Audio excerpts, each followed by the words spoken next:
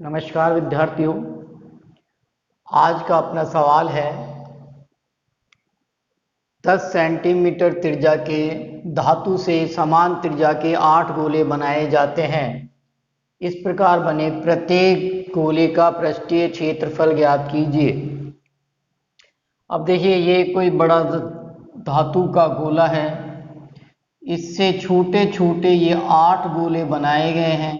आपको इनका पृष्ठीय क्षेत्रफल ज्ञात करना है। और मैंने आप लोगों को कल बताया, एक वस्तु से अपन दूसरी वस्तु बनाते हैं तो उनका आयतन समान रहता है।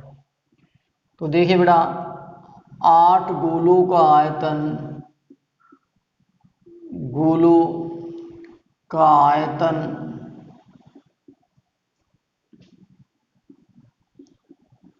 बराबर 10 सेंटीमीटर के धातु के गोले का आयतन।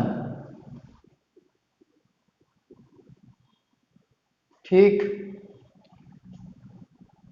8 गोले का आयतन 4/3 पाई are cube.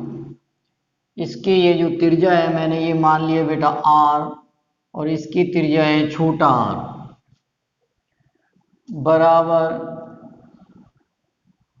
4/3 pi are cube. ये सेम चीज है, खत्म। ये 8 गोले थे, इसलिए मैंने 8 से गुणा किया है।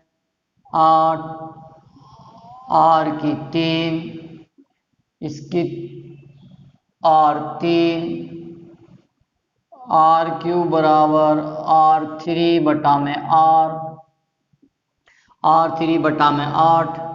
आर आपको बड़े के दिए 10/10/8, 1000/8। घनमूल निकाल लीजिए। R बराबर 10/2, R बराबर 5।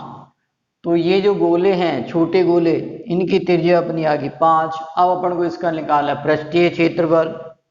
गोले का पृष्ठीय क्षेत्रफल, गोले का पृष्ठीय क्षेत्रफल होता है बेटा 4 पाई आर स्क्वायर।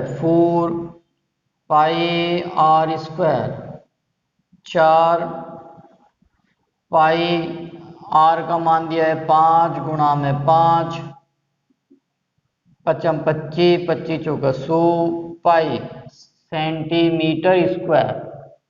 तो गोले का पृष्ठीय क्षेत्रफल हो गया 100 पाई सेंटीमीटर स्क्वायर। अगर आपको पाई का मान देता है तो पाई का मान रख देना, अन्यथा। अगला सवाल देखिए, शीशे के एक ठोस आयतीय फलक, शीशे के एक ठोस आयतीय फलक की माप।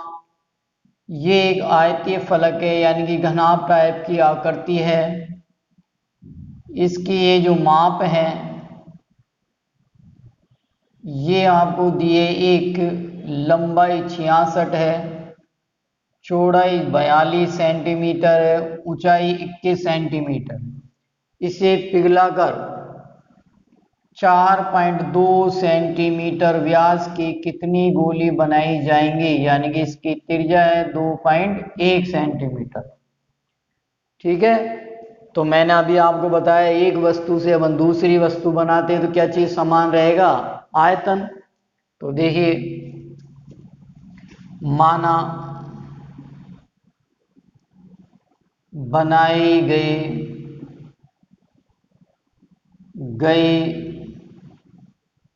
गोलियों की संख्या, गोलियों की संख्या n है। माना बनाई गोलियों की संख्या कितनी है? n। तो n गोलियों का आयतन, गोलियों का आयतन बराबर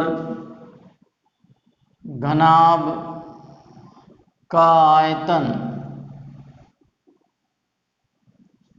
n गोलियों का आयतन 4/3 पाई आर क्यूब, लंबाई गुणा चौड़ाई गुणा ऊंचाई n इंटू 4/3, पाई का मान 22/7, 2.1, 2.1, 2.1, दशमलव हटा दीजिए, 10, 10, 10, ये दशमलव मैंने हटा दिया, 66 इंटू 42 इंटू 21, n बराबर 66 इंटू 42 इंटू 21, ये सब ऊपर चले जाएगा, 7 21, 1 2 3, 1 2 3 बटा में ये ऊपर की संख्या 4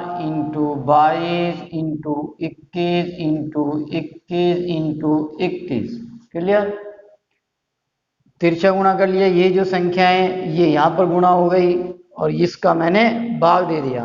अब देखिए 22 से काटो 3 बार, ये 21 से ये 21 खत्म, ये 21 से ये 21 खत्म, 3 से इसको काटा 7 बार, 7 से इसको काटा 6 बार, 2 से इसको काटा 2 बार, 2 से इसको काटा 3 बार, 2 से इसको काटो 500 बार। अब आपके पास यहां से बच गया 3 गुणा 500, n बराबर 1500। तो अपन जब इसको पिघलाते हैं घनाभ को तो 4.2 व्यास की 1500 गोलियां बचेंगी। इसी टाइप का फिर एक सवाल देखिए, अक्सर वो आते हैं इस टाइप के सवाल पे। नेक्स्ट सवाल देखिए बेटा, सेम सवाल है अभी जैसे कराया था। धातु का एक गोला है जिसका व्यास 6 सेमी है। ये धातु का गोला है, इसका ये व्यास है 6 सेंटीमीटर है, यानी इसकी त्रिज्या है 3 सेंटीमीटर। इसे पिघलाकर एक तार बनाया गया है, वायर बनाया गया है, जिसका ये जो सिरा वृत्ताकार है, ये सिरा वृत्ताकार है, ये जो सिरा वृत्ताकार है। आपको इस तार की जो है लंबाई ज्ञात, त्रिज्या ज्ञात करनी है, जबकि इसकी लंबाई यहाँ से लेके यहाँ तक ये 36 मीटर है, यानी कि 3600 सेंटीमीटर। इसकी ये जो त्रिज्या है, ये त्रिज्या मैं मान लेता हूँ r है।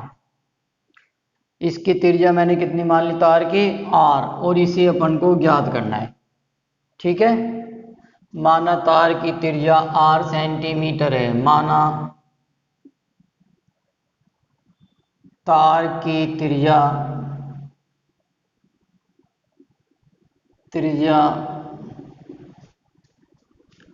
r सेंटीमीटर है। अब देखिए बेटा, वही चीज है, अपन एक वस्तु से दूसरी वस्तु बना रहे हैं तो क्या चीज समान रहेगा, आयतन। तो तार का आयतन बराबर गोले का आयतन, तार का आयतन बराबर गोले का आयतन। अब ये बेटा तार का जो ये भाग वृत्तीय भाग है, इसका मतलब ये क्या हो गया, एक बेलन। तो बेलन का आयतन होगा पाई r² h, गोले का आयतन 4/3 पाई r³। ये सेम होती है तो खत्म। इसकी अपन को त्रिज्या ज्ञात करनी है। इसकी ऊंचाई दी है 3600 सेंटीमीटर, 4/3, इसकी त्रिज्या दी है 3 गुणा 3 गुणा 3, ये 3 से 3 खत्म, r² बराबर 4 गुणा 3 गुणा 3 बटा में 3600, आर स्क्वायर बराबर 3600 बटा में 36 बटा 3600 काट लीजिए। आर स्क्वायर बराबर 1/100, आर बराबर 1/10 सेंटीमीटर। भाग दे दीजिए। आर बराबर 0.1 सेंटीमीटर। तो ये जो है तुम्हारे तार की त्रिज्या ज्ञात हो जाएगी। इसी टाइप के देखते हैं और कोई सवाल। देखिए बेटा नेक्स्ट सवाल, ये एक आकृति दी है।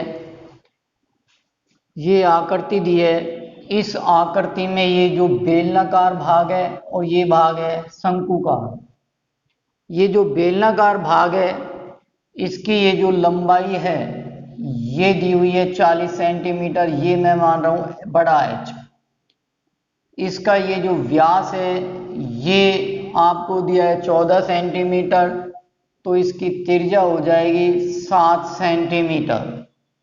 इसके बायां वाला जो दायां वाला भाग है इसमें एक शंकु दिया गया है जिसका व्यास वही है 14 सेंटीमीटर, यानी कि इसकी त्रिज्या हो जाएगी 7 सेंटीमीटर। और इसकी ये जो ऊंचाई है ये दे रखी है 12 सेंटीमीटर। तो इस आकृति का आपको आयतन ज्ञात करना है। दो आकृति, एक बेलन है और एक शंकु, दोनों को जोड़ के निकाल दो। आकृति का आयतन बराबर बेलन का आयतन